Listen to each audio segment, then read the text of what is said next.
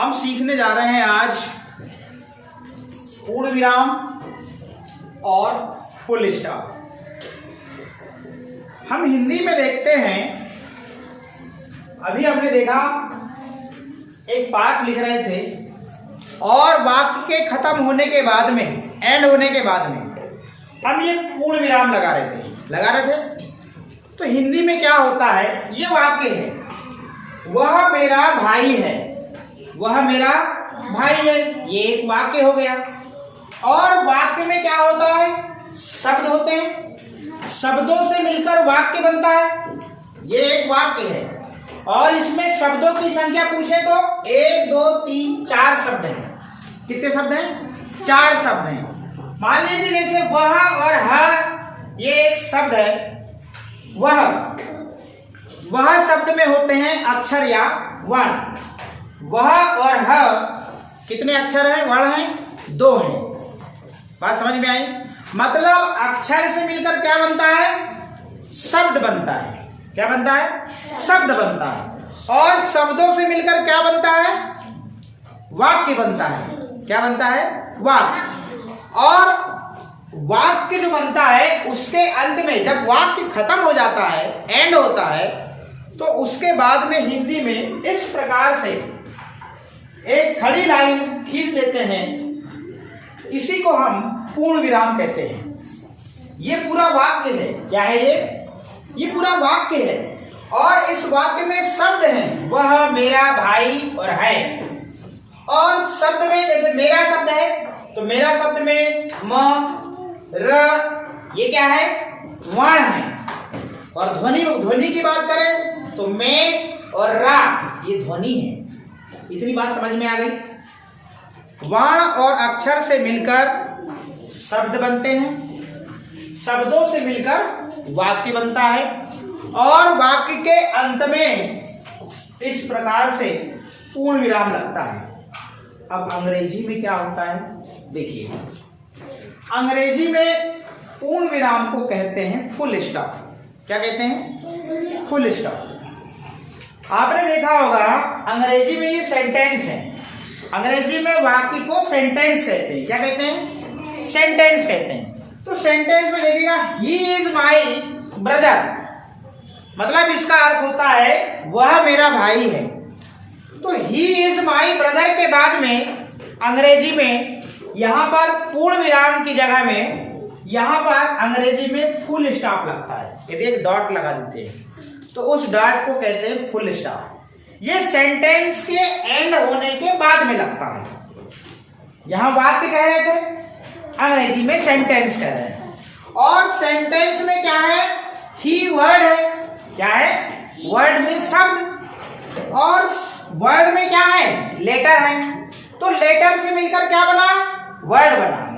और वर्ड से मिलकर क्या बना, सेंटेंस बना। क्या बना? सेंटेंस। अंग्रेजी के सेंटेंस में एक विशेषता है, वो क्या, जरा ध्यान दीजिएगा। इस सेंटेंस को बड़े ध्यान से देखिए। इस सेंटेंस को ध्यान से देखिए।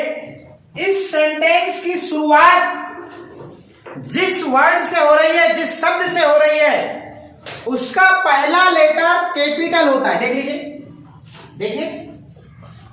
और सेंटेंस के अंत हो तक जितने भी लेटर यूज किए जाएंगे पूरे स्मॉल रहेंगे। देखो यहां से लेके यहां तक पूरे स्मॉल लेटर है या नहीं है? ये ई से लेके आर तक देखो आप, पूरे यहां से लेके यहां तक टोटल स्मॉल लेटर है या नहीं?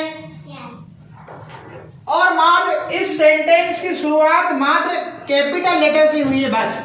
और ऐसा ही होता है, आप अपनी बुक में देखोगे पहला लेटर वर कैपिटल है, बाकी पूरे लेटर कैसे हैं, स्मॉल है। तो अंग्रेजी में एक विशेषता ये है, मगर हिंदी में ऐसा नहीं है। यहाँ कोई छोटा बड़ा लेटर नहीं होता। होता है क्या? नहीं होता। यहाँ पर कुछ भी नहीं होता। यहाँ पे तो वर्ण होते हैं और स्वरों की मात्रा होती है, बस मात्रा लगती है और शब्द बनते चले जाते हैं। मगर अंग्रेजी में सेंटेंस को लिखने का तरीका यही होता है कि पहला वाला जो लेटर है वो कैपिटल होगा, उसके बाद में जितने भी वर्ड लिखे जाएंगे पूरे स्मॉल लेटर होते हैं। ये दिख रहा है? पहली विशेषता। हिंदी में पूर्ण विराम कहते हैं, अंग्रेजी में फुल स्टॉप कहते हैं। ये भी सेंटेंस के अंत में लगता है और ये वाक्य के अंत में लगता है। ठीक, यहां पर भी वर्ण और अक्षर से मिलकर शब्द बनते हैं और शब्द से मिलकर वाक्य बनता है। इतनी बात समझ में आ गई? यहाँ पे लेटर से मिलकर वर्ड बनता है और वर्ड मिलकर क्या बनता है? सेंटेंस बनता है। मगर इंग्लिश के सेंटेंस में एक विशेषता है, वो क्या? इस सेंटेंस की शुरुआत कैपिटल लेटर से होती है और उसके बाद में जितने भी लेटर यूज होते हैं पूरे के पूरे स्मॉल होते हैं। ये भी आपको देखने मिलेगा वर्कशीट में। और अंत में फुल स्टॉप लगाया जाता है। तो दो चीज सीखे, हिंदी में पूर्ण विराम कहते हैं, अंग्रेजी में फुल स्टॉप कहते हैं। बनाने का तरीका मात्र एक बिंदु डॉट है और यहाँ पर एक खड़ी लाइन है। ये भी सेंटेंस के अंत में लगता है, ये भी वाक्य के अंत में लगता है। ये वाक्य है, ये सेंटेंस है। अंग्रेजी सेंटेंस की विशेषता है कि कैपिटल लेटर से शुरुआत होती है और उसके बाद में जो भी यूज किए जाते हैं लेटर वर्ड में पूरे स्मॉल होते हैं। किस किस को समझ में आया? सबको समझ में आ गया?